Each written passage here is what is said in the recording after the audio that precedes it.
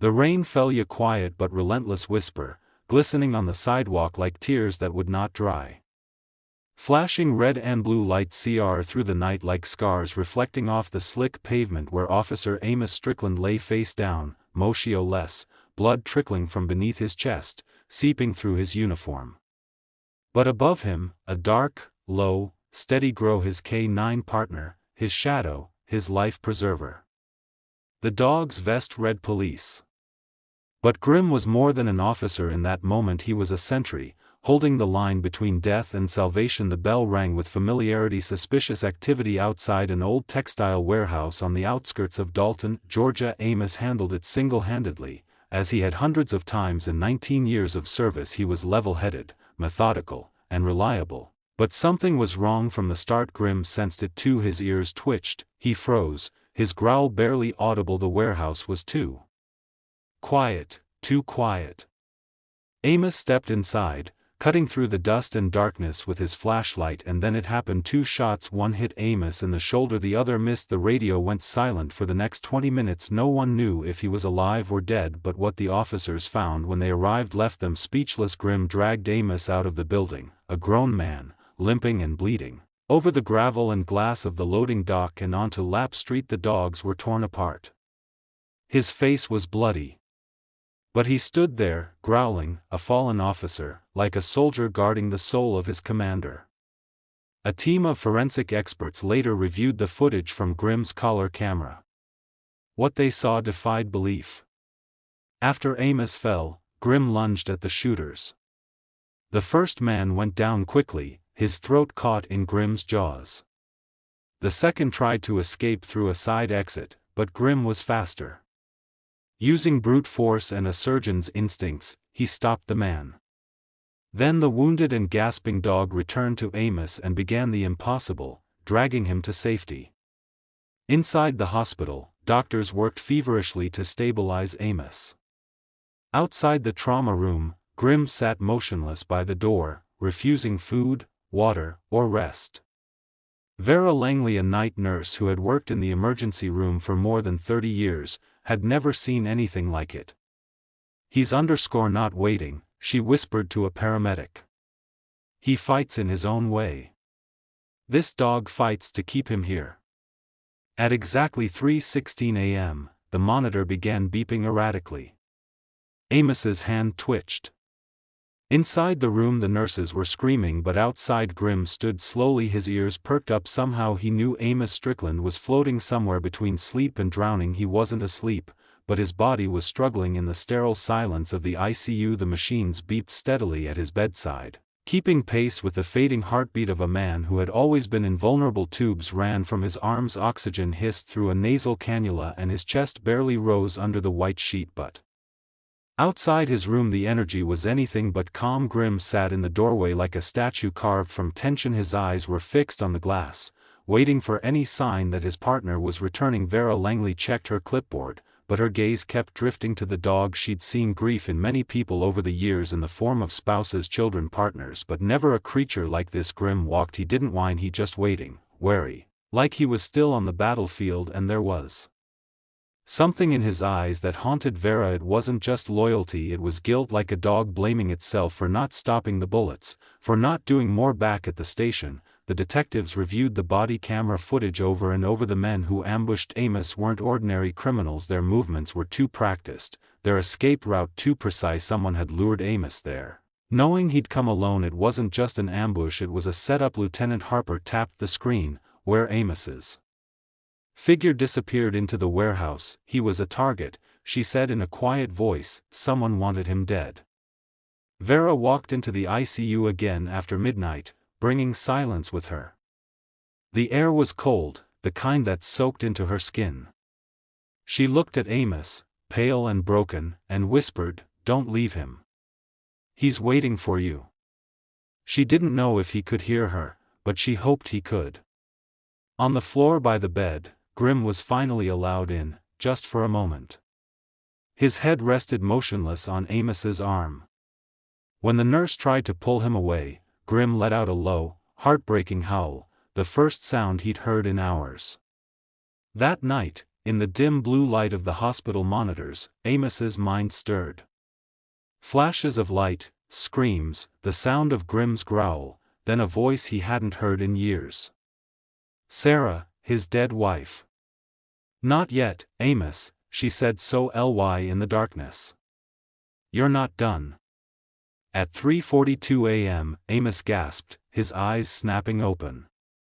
Grimm shuddered, his tail tensing. Something about the way Amos had woken it wasn't right. Amos Strickland's breathing was short, panicked gasps. He wasn't asleep, but the room around him seemed distant, warped, as if he were underwater. The ceiling lights hummed sharply and faintly. The machines beeped out of time with his heart. Then, as the haze cleared, came the cold realization he was alive, but something was wrong. His muscles ached, his side burned, and his head felt like it was splitting. But worse than the pain was the image seared into his mind. The last second before the shots rang out, he saw a familiar, unmistakable face. Grimm was the first thing he really focused on. The dog stood at the edge of the bed, motionless. His eyes were fixed on Amos's face with eerie precision. This connection held him together in a way no doctor ever could. Amos reached out with trembling fingers and touched Grimm's ear. "You stayed," he whispered, barely audible. Grimm didn't bark. He didn't move. He just laid his head next to Amos's hand. His eyes didn't blink. In that silent exchange, all Amos needed to know was clear: he wasn't alone, not for a second. A moment later, Vera Langley walked into the room, visible the second she'd seen Amos wake up. "You seven scared the crap out of everyone," she said quietly, adjusting his monitors. "You've got a whole department in there praying and a dog that refuses to let you go." Amos tried to speak, but his throat was dry. Every word was an effort. "It wasn't an accident," he croaked. "Someone knew I'd be there." Vera's eyes narrowed. "What did you see, Amos?" But he shook his head, afraid to say it. "Not yet." He wasn't sure if what he'd seen was real or a trick of pain and adrenaline. Back at the station, Lieutenant Harper was already gathering evidence. The two dead attackers had no identification, but their weapons were military grade. The trajectory of the shots, the pattern of the escape route, all pointed to a planned hit. Not the building on Amos Street. She stared at the blurry footage from Grimm's camera, showing a dark figure just around the corner where Amos had turned. It didn't match any of the men found dead. There was a third man.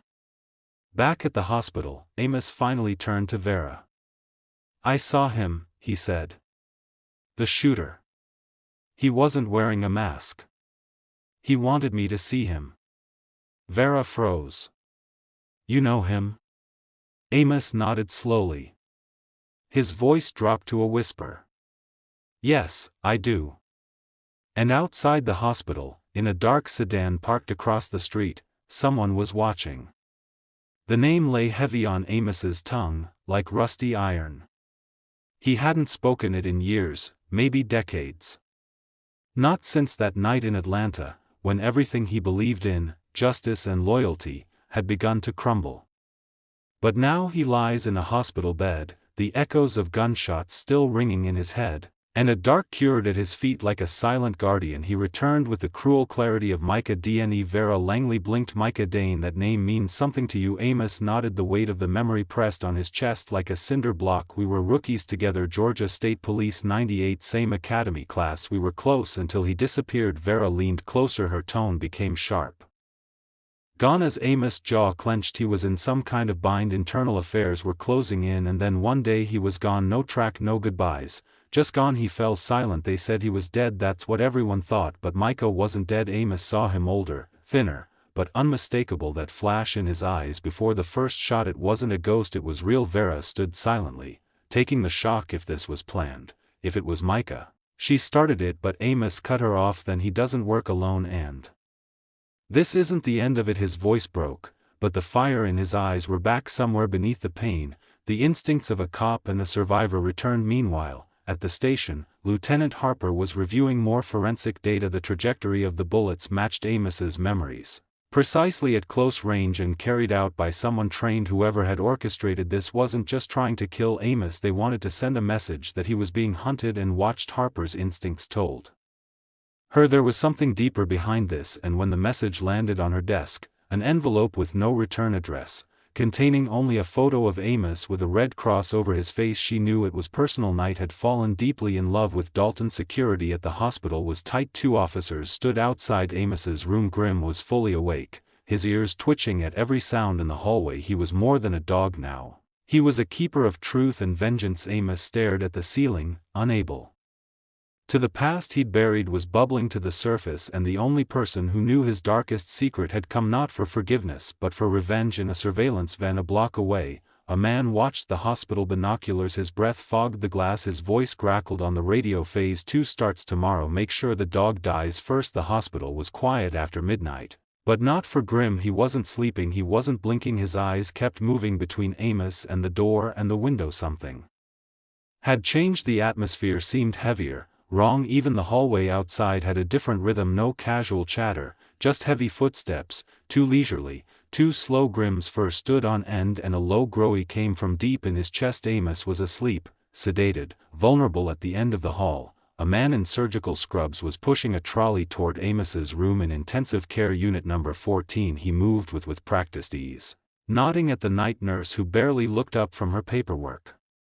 His badge said MedTech, but no one had ever seen one like it before. Inside the cart was an unmarked, unregistered syringe. He paused outside the room, checked his watch, and reached for the doorknob. That's when Grimm lunged forward. The door swung open. Grimm's growl echoed down the hall like a gunshot. The man barely had time to step back before the full weight of the K9 hit him in the chest, slamming him into the wall. The syringe flew out of his hand and shattered on the floor. The nurses screamed, and 2 undocumented officers tackled the assailant while Grimm stood over him, choking on blood in his teeth.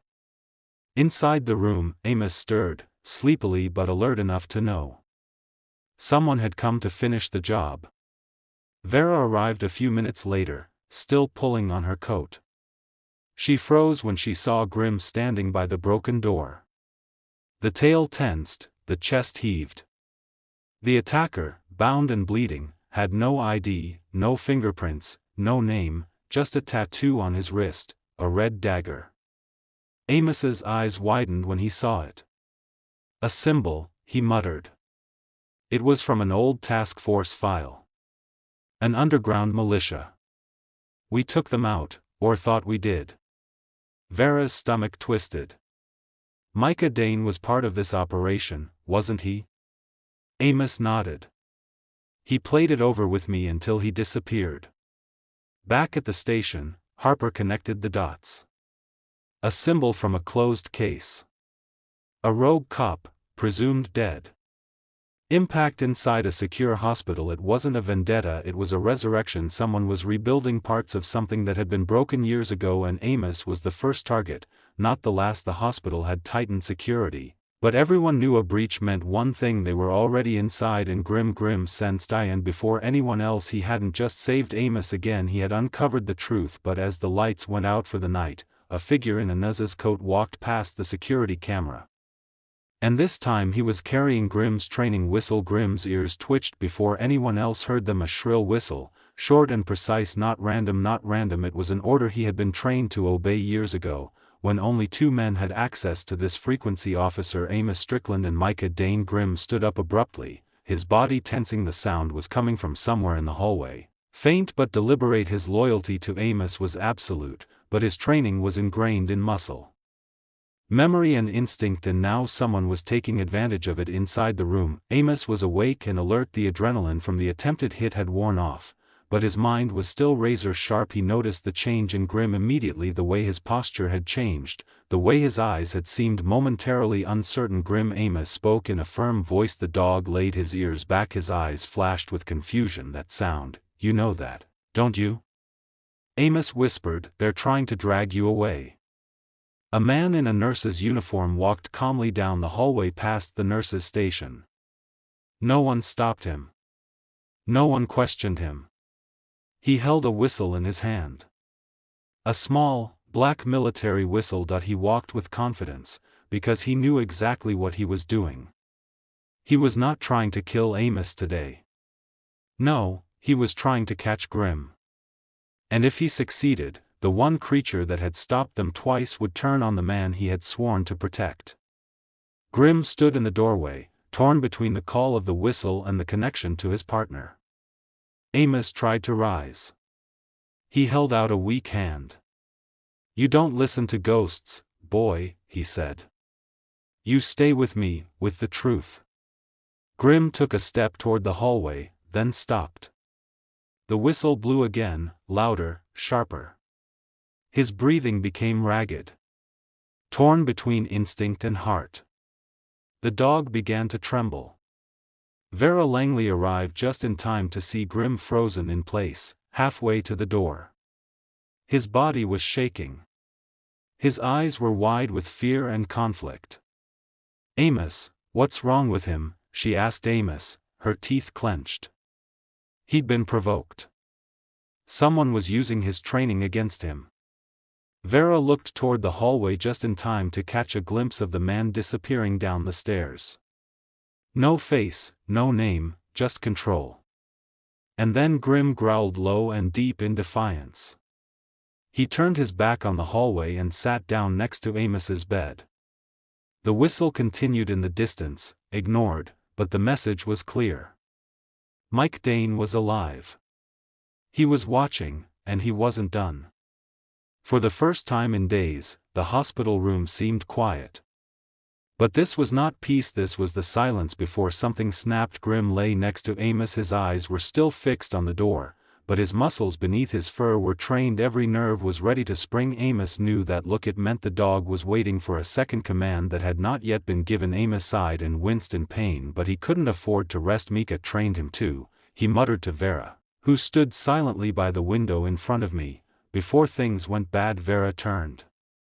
Slowly her face darkened. "You say the man hunting you was once that dog handler?" Amos nodded. "They were inseparable. Mika was not the monster he is now. He was a decorated hero, but something broke in him, and he looked grim with him on an unsanctioned operation. They both disappeared for 3 weeks. When they returned, Mika was different, cold, unstable. After that, Grimm reassigned to me. The whistle wasn't just a tool, it was a key, a hidden order from a past life, meant to cut through time and force obedience, and for a moment, it almost worked." Amos ran his hand down Grimm's back, feeling the tension still lurked just beneath the surface. "He remembers," Amos said quietly, "not just a sound, a man of the mission, the things they did together, things he never told me." Back at the station, Lieutenant Harper was working non-stop. She finally pulled out an old folder, marked classified by request, covert operations investigation, unofficial and untraceable. It listed Micah Dane and an unnamed AK-9 squad, but a redacted page caught her eye. It mentioned the term reclamation protocol. She unsealed it and headed straight to the hospital. Her heart was pounding. Whatever it wasn't dosed, just buried. Back at the hospital, Vera's phone vibrated, a message from an unknown number: "Get the dog out or we'll clean the room." Her blood ran cold. She showed it to Amos, who didn't flinch. "It's a countdown," he said. "They've failed twice. They won't try it a third time unless they're desperate. That makes them dangerous." Grimm stood up, his ears perking up again. The message was more than just threatening. It had awakened something in him. And far below the hospital, in the abandoned service tunnels of a bygone era, footsteps were heard, measured, calm, and sure. This time, Mekon wasn't going to kill anyone. He was going to kill himself.